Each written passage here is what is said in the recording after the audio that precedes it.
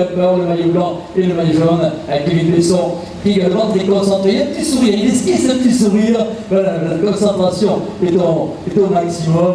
Voilà. Et Guy, vous connaissez son site, hein, Gironde. Ce soir, vous connectez, vous verrez.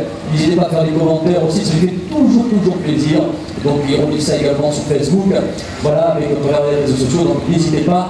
Donc, mettre un petit commentaire, ça fait plaisir. Monsieur Dupont est en train de me signaler que le départ aura lieu dans 2 minutes et je suis à côté du champion des Landes. Là, chez toi, hein, faut briller. Hein. Oui, chez moi, c'est l'autre côté des Landes de chez moi, mais oui, je suis dans les Landes.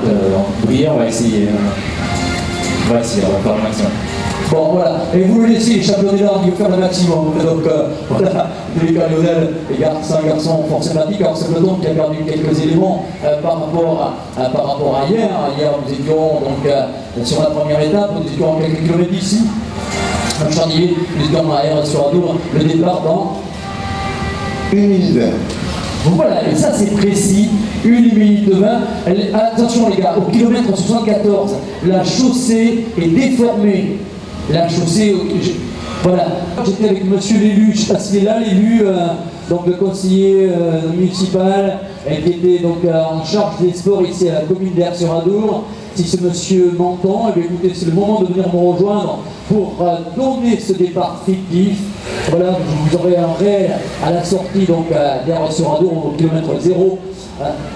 En principe, c'est pas le problème mécanique, le départ est lancé, le départ est lancé, sauf s'il y a un problème mécanique entre temps. Hein. C'est le dernier départ de ce 31e édition du Tour des Landes. C'est la 3e, c'est la dernière étape.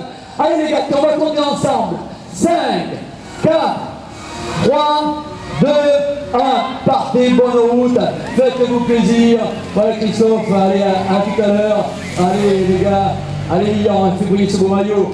Voilà, avec les coureurs Palora qui sont dans les dernières positions. Alors, maintenant ils sont partis pour un peu plus de 100 km, donc un peu plus de 2 heures. On aura le plaisir de les retrouver. Nous aurons des informations, mon cher Jean-Pierre, régulières. Ne vous éloignez pas trop. Je viens d'arriver à mes côtés, mais tout simplement, monsieur Jean-Paul Planté, donc, qui nous donne des informations importantes sur l'avancée du peloton, l'avancée d'échappée. Mon cher Jean-Claude, je vais te tendre le micro et tu vas nous donner quelques informations importantes sur ces derniers kilomètres.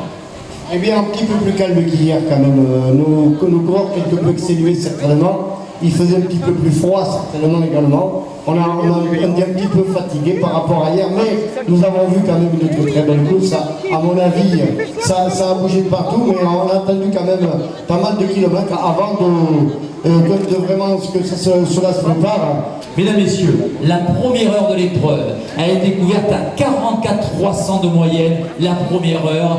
Alors que là, on commence à attaquer les grosses difficultés. La deuxième heure, ils ont couvert 41 300 de moyenne.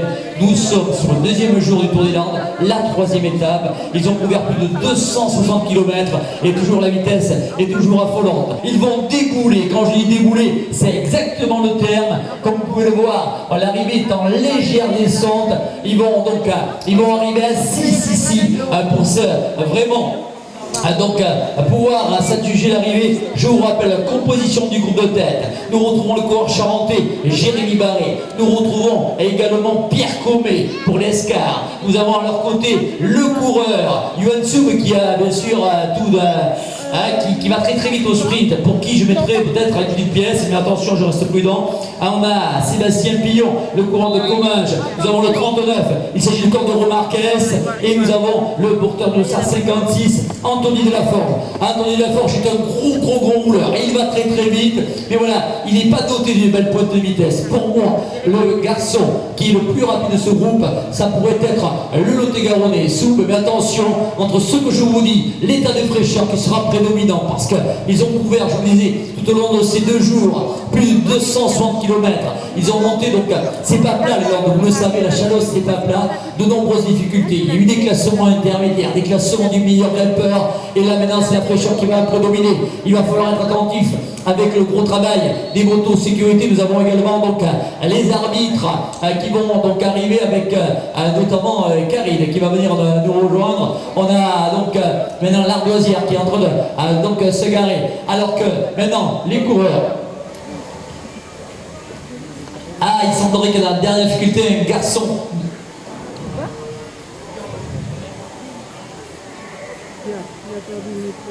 Voilà, donc ça y est, c'est relevé. Ils sont toujours 6 en tête, avec un seul homme. Ils sont tous sur la droite. Donc, un garçon, donc seul sur la tête, sur le côté gauche de la route de ce courant de Comminges. Ah, c'était quasiment une manche de vitesse, mesdames et messieurs, vous le savez. Donc le vélo sur piste, la longue manche de vitesse, on s'observe, on ralentit, on veut surprendre l'adversaire. Et bien c'est ce qui est en train de se passer dans le dernier kilomètre. Ça ne roule plus, les 6 ne veulent plus faire l'effort, ils veulent bien sûr laisser passer les adversaires. Ah voilà, ils sont plus très loin, le sprint est lancé, mesdames et messieurs, le sprint est lancé avec le garçon qui va s'imposer, je vous l'avais dit donc. Et voilà, c'est le coureur normandais qui vient chercher son premier succès ici, donc ici donc derrière sur la bourg Johan Soub. Voilà, hier soir, vous voyez comme quoi le hasard a fait bien les choses. Hier soir, on discutait tous les deux. Il me disait, je n'y arrive pas, pourtant j'ai des bonnes jambes, mais j'ai pas de chance, Et là, on vient de voir, la chance lui a souri, enfin, il a ouvert son compteur de victoire. Alors nous attendons maintenant le peloton, mon cher, Jean-Claude, on a quasiment, voilà, le petit groupe, et ils sont là, c'est revenu très fort pour aller chercher les places d'honneur, mesdames et messieurs, avec Pierre Créma, le porteur du maillot vert, le coureur donc de Marmande. On retrouve également, donc juste dans sa roue, Bastien Bareil pour Poglo 64. Nous avons donc ce petit groupe qui passe, mais je pense qu'il reste des Claros derrière. Nous avons donc quelques coureurs. Voilà, quel bon final. Regardez, attention, parce que nous avons également donc le reste du peloton qui va en finir avec les coureurs de l'Occitane qui passent maintenant la ligne, alors que nous voyons passer à l'instant donc Vincent Krakzik, qui est le petit neveu de l'ancien porteur du maillot vert du Tour de France. C'était il y a quelques années, donc c'est vrai que j'étais peut-être pas né. Mais en tous les cas, il reste encore quelques coureurs avec le coureur du Cap de Bordeaux qui crie, c'est terminé pour toi, pour ce garçon Lucas Longueville. Je vais vous parler de faire un coup double. Eh bien, mesdames et messieurs, il a réussi la base de dos. Non seulement il s'offre le maillot du meilleur grimpeur, mais il s'offre également la victoire. Il ouvre enfin son compteur de victoire. Et vraiment, vous verrez donc ce garçon, comme il est sympathique, comme il est vraiment agréable. Et hier, il aurait pu déjà hier peut-être réussir cet exploit, mon cher Jean-Claude, mais hier, voilà, la malchance était au rendez-vous lors d'une difficulté importante. Et bien, voilà, il y a eu un saut de chaîne, la chaîne s'est mise en vide, et ce garçon a été donc dépanné, bien sûr. Mais voilà, il faisait plus partie du bon coup, alors que son papa, qui est directeur sportif du UCC Marmandais, tout souriant. Il lui manquait pas grand chose, il lui manquait de lever les bras. C'est fait attention parce que nous avons encore du stade à Montois qui passe maintenant à la ligne. Mesdames et messieurs, c'est le champion donc des Landes, Lionel Subiette, qui franchit la ligne, on peut l'applaudir, ce sont nos couleurs. Donc voilà, Lionel Subiette qui passe à l'instant la ligne, alors qu'on retrouve maintenant les coureurs de l'Escar. Et chacun, ça a été dur, ça a été difficile. Il n'y avait que 105 km cet après-midi, et voilà, il fallait bien sûr avoir bien récupéré d'hier, parce que hier c'était une sacrée entreprise. Ce matin, avec ce chrono et le protocole dans quelques minutes. Restez avec nous, avec le public, parce que